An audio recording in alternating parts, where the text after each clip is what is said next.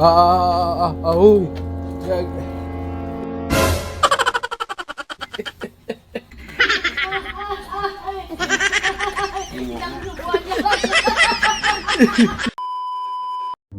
Yo, what's up mga ka-Promdi? Good morning. Pasensya na at ngayon lang ulit tayo nakapag voice over at may sipon kasi tayo kaya medyo nagpahinga muna tayo pero ngayon medyo okay na. So ngayong umaga ay kailangan natin bumangon dahil pupunta tayo sa ocular inspection para dun sa Ninja Race sa event sa munisipyo sa darating na 22. Pero bago yun ay magtitimbang muna tayo dahil minomonitor ko ang timbang ko, on diet kasi ako ngayon. Hindi totoo yan.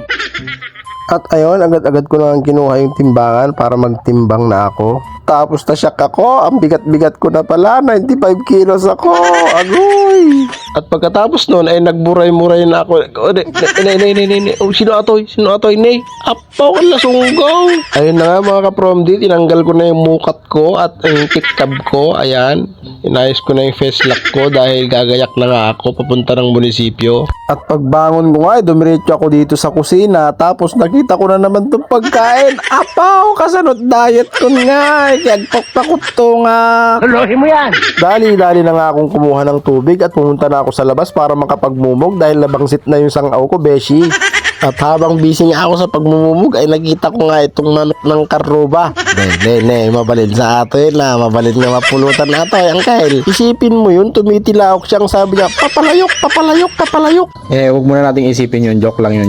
Tapos pumunta na ako sa kusina at naggaon na ako ng kakainin ko kasi Tom Jones na talaga ako. Medyo konting kanin nga lang ang gagauhin ko ngayon. Promise talaga yan, totoo talaga yan. Magda-diet talaga ako. Tapos yung kumuha na ako ng itlog, tsaka tuyo. Diba? Ang sarap ng breakfast ko, Pinoy na Pinoy. Sinong relate, mga ka-Promdi? Pagkatapos nun ay pinagtimpla naman ako ni nanay ng gatas. Diba? Ang bait-bait ni nanay ko. At syempre, hindi mawawala ang sausawan sa tuyo. Naglagay na nga ako ng suka tsaka sili. Solid na naman ang breakfast nito. Tapos yun, after natin nag-pray ay eto na yung unang first bite. Thank you Lord. Tapos sumabay na rin si nanay mag-agahan sa akin.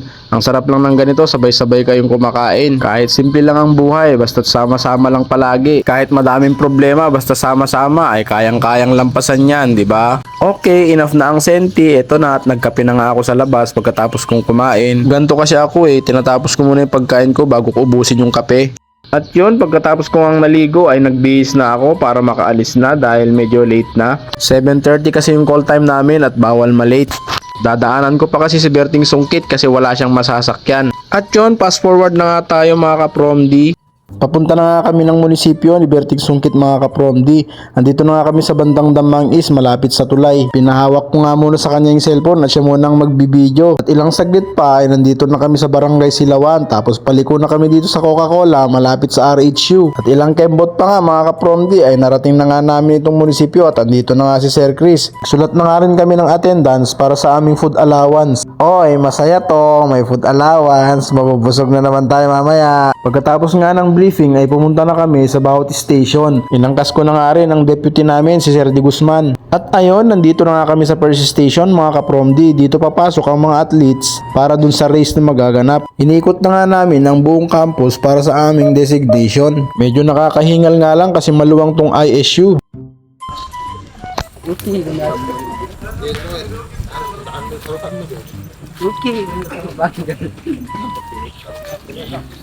Huwag nila to.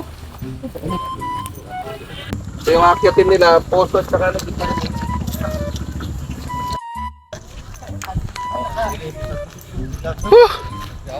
Sarap paglakad mga ka-Promdi. Dito kami ngayon sa ISU. Ocular inspection para sa event sa Sabado sa mga obstacle. At ayun na nga mga ka-Promdi, natapos na nga namin ikutan lahat. At sinabi na nga rin sa amin kung saan ang kanya-kanya naming designation. Pagkatapos nun ay bumalik na nga kami sa munisipyo. Nadaanan na nga namin tong main entrance ng Isabela State University. And yes, True Labels mga kapromdi, napakaganda nga ng campus nila dito. At napakalinis nga ng kapaligiran. Tapos pagdating ko nga sa office namin ay natsyempohan ko tong si Manong na nagbebenta ng malagkit galing pa daw Bulacan. Mukhang masarap yung kakanin kaya bumili kami. Parang tulong na rin to namin sa kanya. At nung tinikman ko na nga ay legit, masarap nga. Kaya ayun, napamekos-mekos na nga naman ang feslak ko. Pero yun na nga, nasira na naman ang diet ko. Bahala ka sa buhay mo.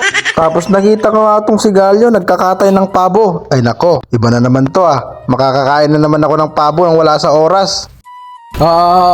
Uy.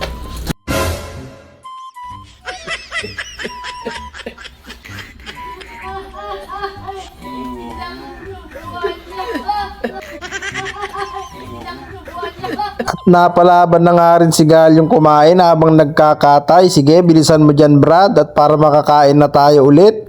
Hindi nga rin siya makapagsalita ng maayos kasi puno ng malagkit yung bunganga niya. Kaya paano ba yan mga kapromdi? Tulungan ko muna tong tropa ko para makapag-focus siya sa pagkain. Salamat sa panonood. See you next vlog. Vlog time.